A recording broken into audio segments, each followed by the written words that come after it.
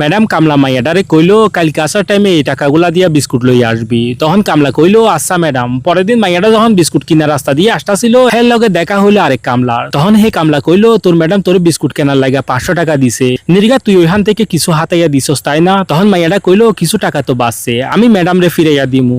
তখন হে কামলা কইলো আমার ম্যাডাম আমারে যদি কিছু কিনতে দেয় তাইলে যদি কোনো টাকা বাইসা যায় তাইলে আমি হে টাকাগুলা রাইখা দিই। তখন হে মাইয়াটা কইলো এমন করে মালিকের টাকা রাইখা দিলে হে ডারে চুরি কয়। এরপর হেরা দুজন মালিকের বাড়িতে চইলা গেল কাম করার লাগা। এরপর একদিন ম্যাডাম নিজের হাতে কাম করতেছিল। তখন মাইয়াটা এসে কইলো ম্যাডাম আপনি কেন কাম করতেছেন? দেন আমি করি। হ্যাঁ কিছুক্ষণ পর ম্যাডাম কইলো আমরা একটু মার্কেটে যাইতাছি, তুই আমার বাচ্চাটারে একটু দুধ খাওয়াইয়া দেখা শুনে রাখিস। এরপর গাড়িতে উঠে জামাই হ্যার বউরে কইলো আমরা তো মার্কেটে চলে যাইতাছি বাচ্চারে কামলার হাতে দিয়া, হ্যাঁ যদি ভালো করে দেখা শুনে না রাখে। তখন হেরা জামাই বউ গাড়ি থেকে নাইমা পড়লো বাচ্চারে হ্যাঁ গো লগে লইয়া যাওনের লাইগা। কিন্তু হ্যাঁ আইসা দেখলো কামলাটা হ্যাঁ গো বাচ্চারে দুধ খাওয়াইতাছে ঠিক একজন মা যেমনে খাওয়াই হে ভাবে।